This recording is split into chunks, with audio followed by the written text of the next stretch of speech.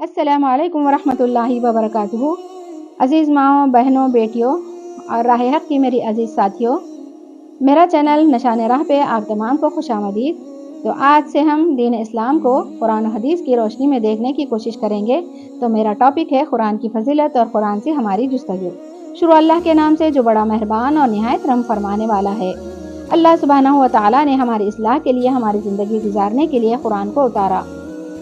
कुरान क्या सिर्फ एक किताब है और किताबों की तरह, या फिर कुरान की कितनी अहमियत दीन इस्लाम में और एक मोमिन की ज़िंदगी में उसकी कितनी अहमियत है। ये अजीज़ सामाईन, ये सिर्फ एक किताब नहीं है, ये कुरान कलाम पाक है अल्लाह सुब्हानहू व तआला का, जो नबी करीम सल्लल्लाहु अलैहि वसल्लम पर उतारा गया। और वो कौन है? नबियों के नबी, रसूलों के रसूल, इमामुल अंबिया और अल्लाह के हबीब है।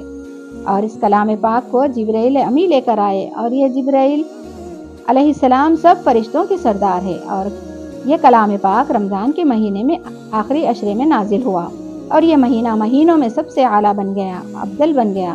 और कुरान लैलतुल क़द्र में नाजिल हुआ, जिसकी वजह से यह रात तमाम रातों में अफजल बन गई, और इस रात को अल्लाह सुब्हानहू व तआला ने 1000 रातों से बेहतर बना दिया।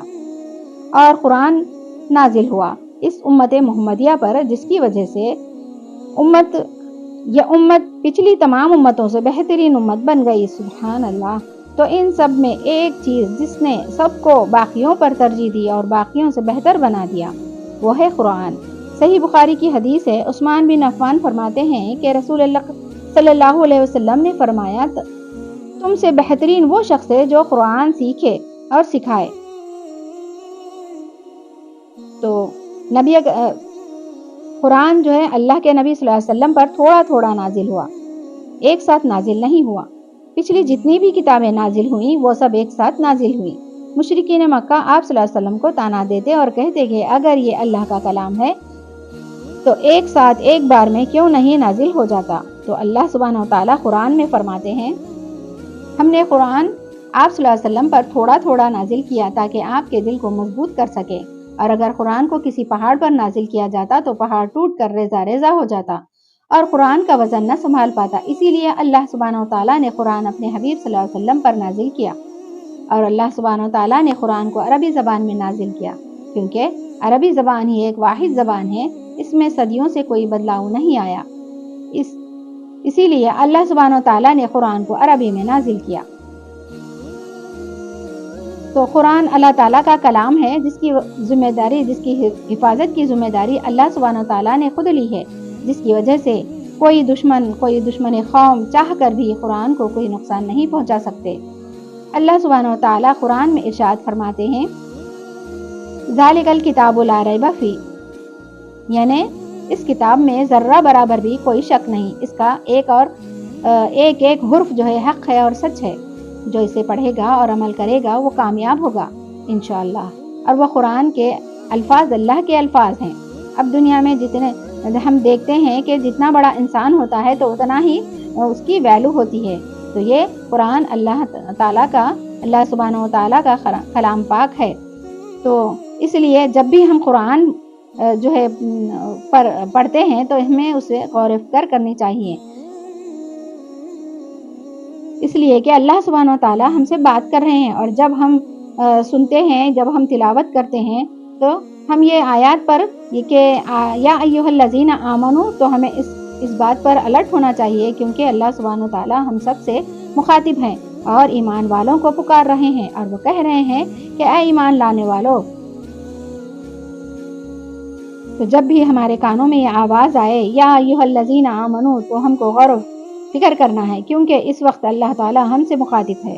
और अल्लाह ताला कुरान के बारे में फरमाते हैं, क़द जाअकुम मिनल्लाहि नूरुम व किताबुम मुबीन, यानी बेशक अल्लाह की तरफ से तुम्हारे पास नूर आ चुका है। नूर किस चीज़ का? आँखों का नूर, दिल का नूर, मौत का नूर, खबर का नूर, क़यामत के दिन का नूर और पुलसिरात का नूर। जी हाँ, कुरान क्या है? एक नूर और रोशनी है, हमारी दुनिया और आखिरत के अंधेरों को दूर करेगी इंशाअल्लाह। और ये नूर मिलता किसको है?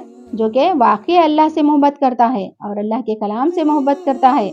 न सिर्फ उसको पढ़ता है बल्कि अमल भी करता है, दूसरों को नजात का जरिया भी बनता है।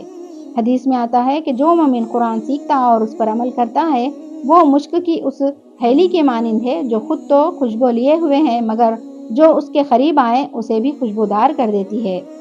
یعنی مومن جب قرآن پڑھتا ہے اور اس کو سمجھ آتا ہے تو وہ اسے خود تک محدود نہیں رکھتا بلکہ دوسروں تک پہنچاتا ہے، اپنے گھر والوں، دوستوں اور رشتہ داروں میں، اور جو غلط راستے پر چلتے ہیں خود بھی رکتا ہے، دوسروں کو بھی روکتا ہے۔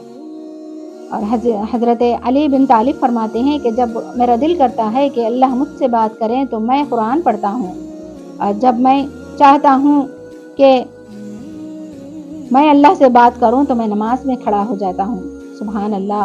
تو صحابہ کرام قرآن سے اتنا اٹیچ تھے، اس بات سے ہم اندازہ لگا سکتے ہیں۔ جب بھی قرآن نازل ہوتا تو وہ فوراً عمل کرتے، جیسے ہی پردے کا حکم آیا پردہ کرنا شروع کر دیا، اور جیسے ہی صدقہ اور زکوٰۃ کا حکم ہوا تو فوراً انہوں نے اپنا بہترین مال میں سے اپنا مال خرچ کرنا شروع کر دیا۔ جیسے ہی اللہ تعالیٰ کی طرف سے حکم آیا کہ برائی سے رکو، شراب پینا چھوڑ دو، تو انہوں نے فوراً چھوڑ دیا۔ جی ہاں، جب صحابہ قرآن سنتے تو ان پر ایک کیفیت طاری ہو جاتی اور ان کے رونگٹے کھڑے ہو جاتے اور ان کے آنسو تھمنے نہ پاتے۔ صحابہ کرام کو قرآن سے اتنی محبت تھی کہ ساری رات تہجد میں کھڑے ہو کر قرآن تلاوت کرتے تھے۔ یہاں تک کہ کوئی گھر بھی ایسا نہیں تھا مدینے میں کہ جس گھر سے قرآن کی تلاوت کی آواز نہ آ رہی ہو۔ سبحان اللہ۔ اللہ تعالی ہم تمام کو بھی ایسی توفیق عطا فرمائے۔ ان سب واقعات کو سنانے کا ایک ہی مقصد ہے میرے پیارے سامعین، کہ ہم بھی غور و فکر کریں اپنے اوپر کہ ہم اللہ کی کتاب کو کتنا سمجھ کر پڑھتے ہیں اور کتنی اہمیت دیتے ہیں۔ آج ہم صرف ایسے کتنے لوگ ہیں جو کہ رمضان کے علاوہ روزانہ بھی پڑھتے ہیں اور اس پر غور و فکر کرتے ہیں۔ آج ہم نے قرآن کو صرف قرآن خوانی کے لیے اور صرف مصیبتوں پریشانی کے لیے یا پھر بیٹی کی رخصتی کے لیے یا پھر وظیفوں کے پڑھنے کا باعث بنا لیا، لیکن قرآن جو ہے وہ ہدایت کی کتاب ہے، زندگی اور آخرت کی کامیابی ہے۔ اس کتاب میں حضرت عبداللہ بن عمر رضی اللہ عنہ فرماتے ہیں کہ نبی کریم صلی اللہ علیہ وسلم نے فرمایا، لوگوں کے دلوں کو بھی زنگ لگ جاتا ہے جیسا کہ لوہے کو زنگ لگ جاتا ہے۔ تو عبداللہ بن عمر رضی اللہ عنہ فرمانے لگے، یا رسول اللہ صلی اللہ علیہ وسلم، تو پھر اس کا کیا علاج ہے؟ تو آپ صلی اللہ علیہ وسلم نے فرمایا کہ اس کا علاج یہ ہے کہ انسان قرآن کی تلاوت کرے اور موت کو ہمیشہ یاد کرتا رہے۔ اس سے انسان کا دل جو ہے زندہ رہتا ہے، اس میں زنگ نہیں لگتا۔ تو ہمیں چاہیے کہ کثرت سے قرآن کی تلاوت کریں اور سمجھ کر پڑھنے کی کوشش کریں اور موت کو کثرت سے ہمیشہ یاد کریں۔ قرآن کے ایک ایک حرف پر اللہ تعالیٰ فرماتے ہیں کہ قرآن کے ایک ایک حرف پڑھنے پر 10 نیکیوں کا ثواب ہے، یعنی الف لام میم، تین لفظ پر 30 نیکیاں ہمیں ملتی ہیں۔ اللہ کے نبی صلی اللہ علیہ وسلم نے فرمایا کہ جس دل میں بھی قرآن کا کچھ حصہ محفوظ ہے تو وہ ہماری قبر میں ہماری حفاظت کرے گا، اور کچھ لوگوں کے دل میں اگر یہ قرآن محفوظ نہ ہو تو وہ دل ویران ہے فرمایا گیا۔ اور نبی کریم صلی اللہ علیہ وسلم نے فرمایا کہ میں تمہارے بیچ 2 چیزیں چھوڑے جاتا ہوں جس کو تم مضبوطی کے ساتھ پکڑ کر رکھو تو کبھی بھی گمراہ نہیں ہوں گے، اور ایک یہ ہے کہ میری سنت کو پکڑے رکھو کہ تم گمراہ نہیں ہوں گے، جس میں سے نبی کا طریقہ ہے قرآن، اور دوسرا یہ ہے کہ قرآن، یعنی جو شخص قرآن کو سمجھ کر پڑھے گا اور اس پر عمل کرے گا تو انشاءاللہ وہ دنیا اور آخرت میں بھی گمراہ نہیں ہوگا بلکہ کامیاب ہوگا۔ قیامت کے دن قرآن سب سے بڑا سفارشی ہوگا۔ آپ صلی اللہ علیہ وسلم نے فرمایا کہ قیامت کے دن جب نفسا نفسی کا عالم ہوگا، کوئی کسی کے کام نہ آئے گا، تو اس دن قرآن سب سے بڑا سفارشی ہوگا، ایسا سفارشی جس کی سفارش رد نہیں ہوں گی۔ جی ہاں، اللہ تعالیٰ سے دعا ہے کہ ہم تمام کو اللہ تعالیٰ جو ہے قرآن کو سمجھ کر پڑھنے کی توفیق عطا فرمائے۔ وآخر دعوانا ان الحمد للہ رب العالمین۔